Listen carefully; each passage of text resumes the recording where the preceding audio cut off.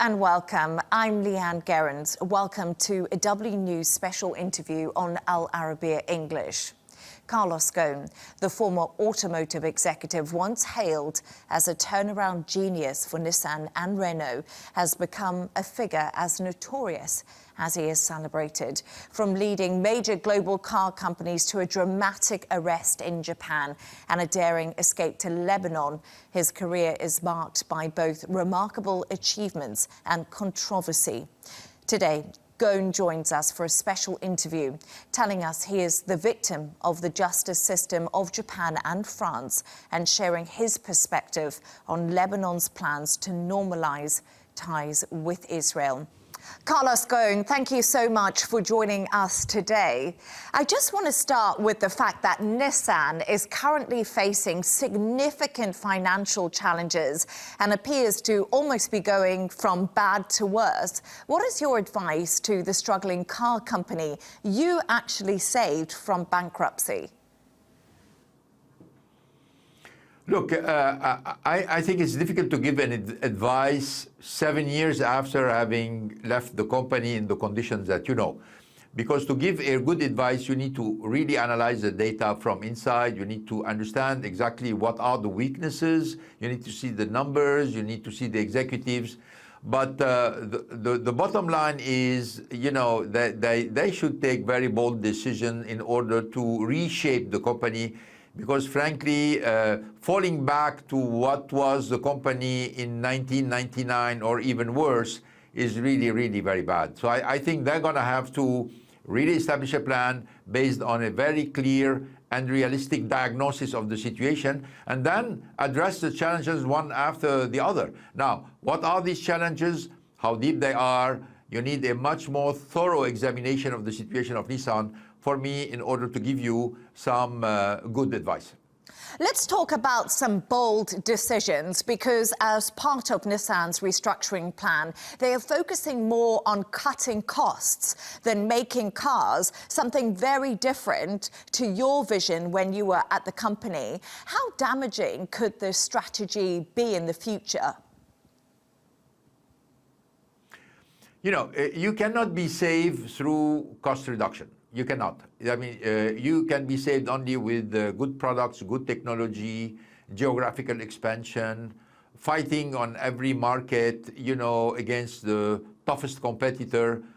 But it may have to start with what I call a cost reallocation. That means you reduce cost where you have money which is not giving you results, and then you put it into what's going to ensure your growth or your profitability. So the reallocation of resources is very important, but it cannot be limited to that.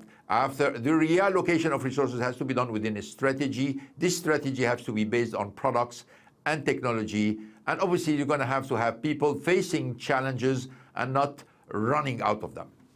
Now, many automotive companies are facing huge uncertainty since President Donald Trump announced 25% tariffs on car imports to the US. What do you make of the US president's taxes and how damaging could they be? Look, this was not a surprise. The tariff was not a surprise. We know that you know, the U.S. market, which is one of the largest market, probably the second largest market in the world, was importing much more car than exporting. And this has to be balanced. The President of the United States decided to balance it by imposing tariff, which mean making importing cars a little bit less competitive in the United States. So you have to deal with this. This is a reality. You can't escape the reality. You cannot whine about it. You cannot just blame this or that. You just have to reassess your strategy, of your sourcing strategy in function of that. And by the way, a lot of car manufacturers, particularly Japanese car manufacturers, are already reallocating their production, taking in consideration the tariff that have been imposed by the US president. And how are US auto tariffs shaking the global industry? And are more job losses possibly on the horizon due to this? Well, I think job losses are linked to the total market. Total market is still growing. I mean, there are going to be changes in jobs. That means probably more jobs in the United States and less jobs in Japan, or less jobs into export, less jobs in Europe exporting to it.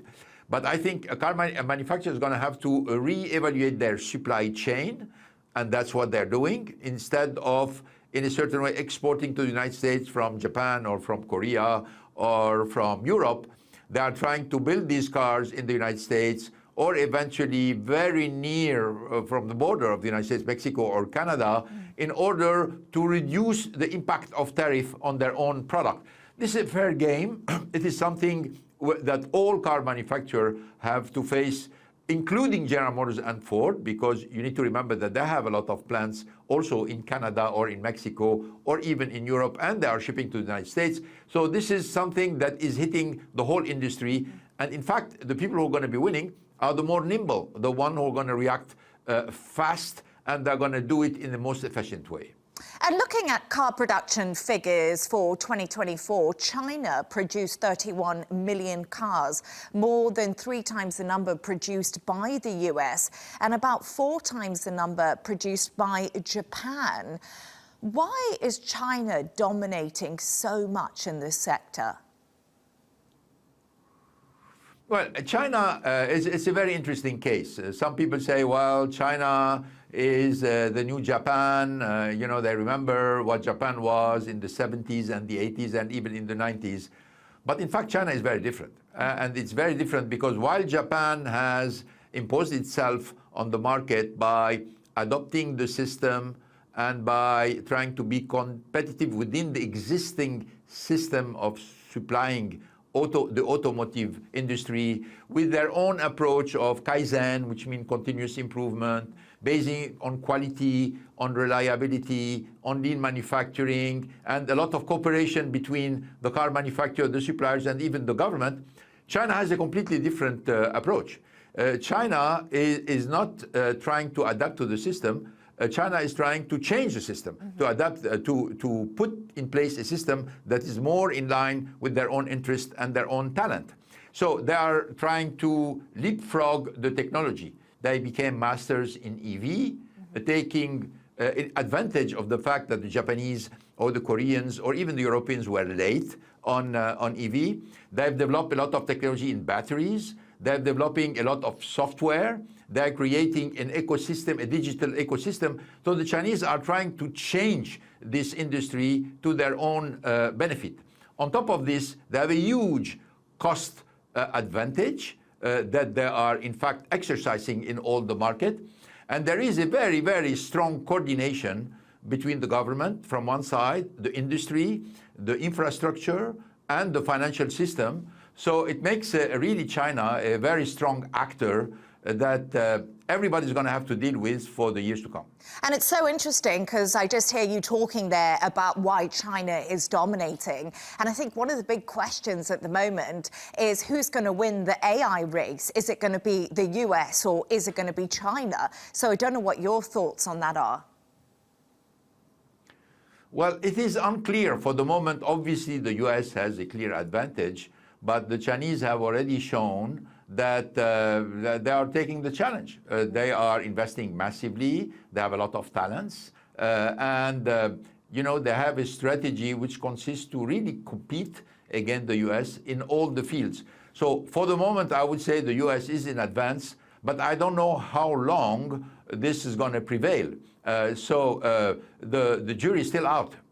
Yeah, absolutely. Now, the rise of Chinese cars we've just been talking about has been a significant shift in global automotive markets, of course. But which countries do you think will be more affected by this? Would it be the US? Will it be Europe? Will it be Mexico, Canada, Japan? What do you think is going to suffer the most? Okay, let me give you my opinion. The first market which is going to suffer the most is going to be Europe. And why Europe? Europe has a strong, very strong engineering, but they are very weak on cost. And Europe had the very nasty habit to base themselves on regulation versus market. They have been on and off on electric cars, they've been on and off on batteries, and this is really very bad and weakening the European car manufacturers. So I think they're going to be the first victim of the Chinese onslaught on this industry. Second come Japan. And why Japan? Because Japan has been very late on EV until now. Even though Nissan was the leader into mass marketing electric cars, they lost this leadership because they were not focused on it, while Tesla was really advancing very hard. And now, as you know, BYD. So the fact that they have lost the race, they are losing the race on EV is very bad from Japan. And on top of this, the Chinese are beating them on cost in all the export market. I would position in third Korea, then eventually Canada and Mexico. But Canada and Mexico, having been mainly manufacturing base for other car manufacturer or American car manufacturer or Japanese car manufacturer, may become a base for Chinese manufacturer in the future. So I would say the big loser, Europe number one, Japan number two, followed by Korea, and the United States will be protected because, as you know, there is a tariff which is going to be give much more time for General Motors, Ford, and Chrysler to react. And also because they have strong brands, particularly when we come to light commercial vehicle or pickup truck. The U.S. market the American market are still very strong. And let's talk a little bit about Tesla, because you mentioned it there, and it's had a real wild ride this year. We've seen the stock decline, and now it's reached new highs. What do you make of Elon Musk's vision and his short-lived moment in U.S. politics? Well, first, Elon is a formidable entrepreneur. Having brought Tesla where it is today is remarkable. But Tesla is facing a challenge that it was an innovative company, and it has now to transform itself into a hard car manufacturer, competing with an industrial system. And this is where they have a risk when they are facing a company like BYD, because BYD is a close second in terms of innovation and in terms of new things that they are introducing with the electric cars. But they have a formidable competitiveness when it comes to vertical integration, when it comes to cost competitiveness, and also when it comes to investing into the technology that matters for electric car, which means mainly the battery and everything around the software. So it's going to be a very interesting challenge and competition to watch between Tesla from one side and the Chinese maker from the other side, headed by BYD. And you were actually the first person to run two Fortune 500 companies, Nissan and Renault, at the very same time. How is AI going to change the world, Carlos, that we live in now? And do you use ChatGPT? Because the big question right now is what is going to be the difference when it comes to AI and to the future and jobs? Yeah. Well, first, I think, yes, obviously AI is going to take a lot of jobs away, but at the same time, it's going to create a lot of jobs on the side. This is a story that we have seen many times. This time it's much more radical, but I'm not very pessimistic about the jobs evolution. I think the job evolution is going to find its way through new technology, new discovery, new needs that AI is going to facilitate. What AI is going to change in terms of management is it's going to empower managers. That means today, the AI tool is going to allow people which are in management jobs to really have a much better decision-making, much better data in order to make these decisions, and frankly, a kind of sparring partner with which they can discuss. Obviously, the manager is going to always have to ask a question. He has to, at the end of the day, shape the strategy. So in my opinion, it's all positive in terms of management company and in terms of executive suites. But there's going to be some kind of job destruction from one side. and a lot of job creation from the other side. And you know something? I was just going to ask you a question. Do you think that there will be a driver's license in the future when we look to somewhere like 2050, let's say? Because driverless cars are really becoming a thing, but they're not widely used at the moment. So do you think someone like me eventually won't need to have a driver's license? Yeah, you know, we have already a hard time making a provision for 2030, so you can imagine 2050, we are here in speculation. But let me give you my opinion. I think, yes, you will continue to need the driver license. Now, the driver license is not going to test what it used to test you in the past. It's going to be something very, very new, because even if you are into a robot taxi or in a completely autonomous car, you're going to have to be inside, or you're going to have somebody's going to have to own this product on the market. You have a problem of liability. So driving license or owning a car like this is going to require some tests to make sure that you're going to act safely and within the normal responsibility that everybody who owns a car needs to demonstrate. I actually went to see one of those autonomous vehicles here in Dubai. They're absolutely fascinating, I must say that. But I still think, like you say, a driver's license is needed. And just another question looking to the future, and I want to talk a little bit about traditional fiat currencies. Do you think they'll still dominate, or do you think new currencies like Bitcoin, which is obviously gaining in popularity, will be the new normal?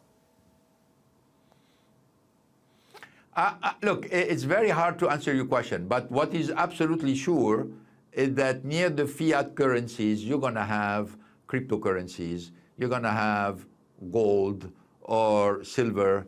I think all of them are going to exist for different needs and to protect people in different countries. So I'm expecting a kind of rise of the popularity of the cryptocurrencies, obviously with up and down and crisis, and you know, it goes down then go up, but the trend is going to be up, in my opinion.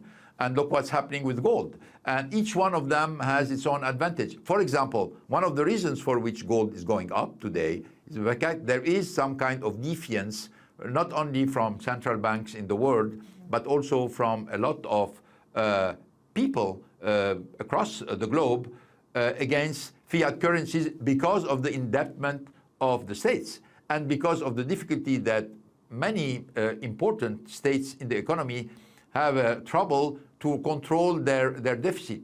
So people are a little bit scared. So some of them go to cryptocurrencies, but as you know, some people also are worried about cryptocurrencies because the cryptocurrency is a little bit virtual.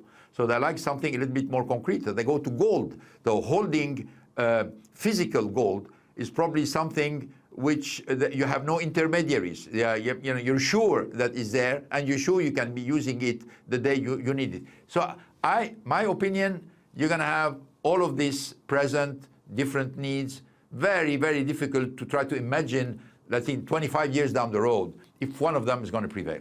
Yeah, it's so interesting because gold, of course, always been a traditional safe haven that people flock to at times of uncertainty.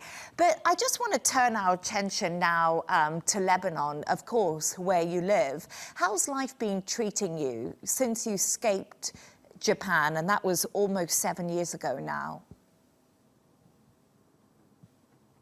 Well, look, Lebanon is as you know, it's a martyr country. You know, under a lot of pressures from different angles.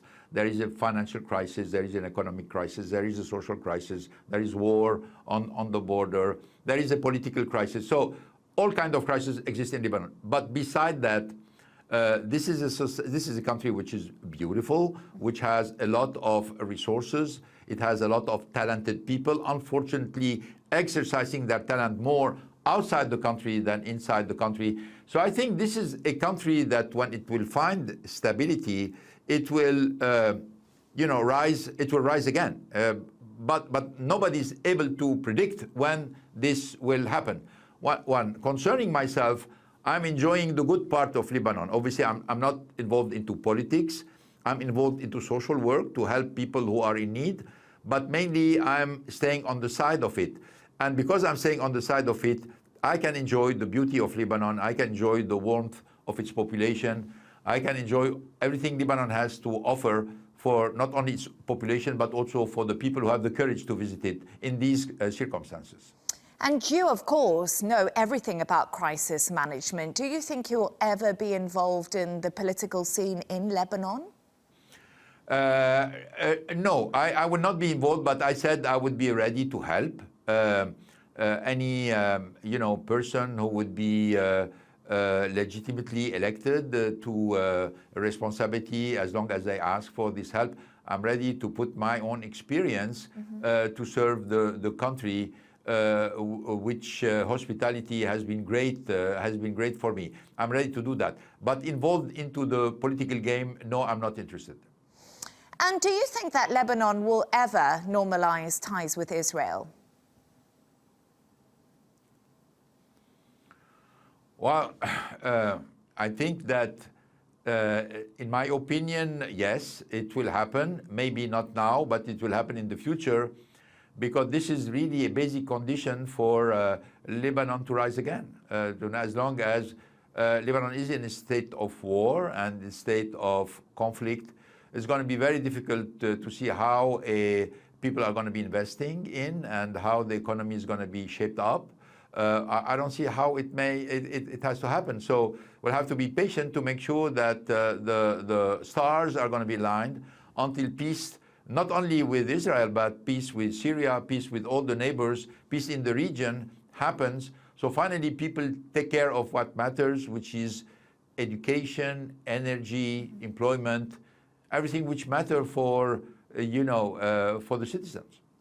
And Carlos, you've been ordered to stand trial in France next year alongside the culture minister over alleged corruption following a long-running investigation. You were, of course, the CEO of Renault. What do you make of these allegations against you? Well, I have a difficulty to take them very seriously. Obviously, I'm not aware of all the investigation because I've been cut out of the file so far. I hope that one day they're going to give me the content of these accusations. But frankly, these accusations are based on two things: that this contract with Rashida Dati was secretive. I don't know how you can maintain a contract between a political figure and a large company like Renault secretive, because this person had to receive money every month. So you have treasury, you have control, you have auditors. She had to work inside the company. She contacted a lot of executives. So frankly, this allegation that it was a secretive contract, in my opinion, is not very serious. So hopefully we're going to be able to demonstrate it. The second one is they said that she was lobbying on behalf of Renault for the European in the European Commission. She was a House representative of Europe, and there are 500 of them. And frankly, we didn't need one member between 500 to lobby for Renault. I was, I remind you, the head of the ACEA, which is the association of all the car manufacturers in Europe. So I had the European Commissioner directly online whenever I needed something. So it doesn't stand too much. And then the last thing is, whenever there is a crime, there is a benefit. So I was asking a very simple question. What was my benefit? If somebody benefited from these so-called crimes or alleged crimes, it's Renault. So how come that Renault is not in the box of the suspects or the accused, and I am dragged into this? The whole thing is very difficult to understand, but let's wait for the trial to see how this is going to be ending up. I think common sense will prevail, and I'm not very worried. So you're denying the allegations against you, and you won't be going back for the trial, I'm guessing? Well, I analyze the allegation. Usually when you're being accused of something, you have to analyze them to see if there is anything substantial or anything that makes sense. And frankly, from what I know, everything I analyze, in my opinion, doesn't stand a real analysis that hopefully will be made by the judge. But let's wait and see. So, Carlos, you are now effectively exiled to Lebanon thanks to an Interpol red notice seeking your arrest. And I always wonder, and a question I would like to ask you, do you feel like you are the victim or do you feel like you're a villain? What do you think?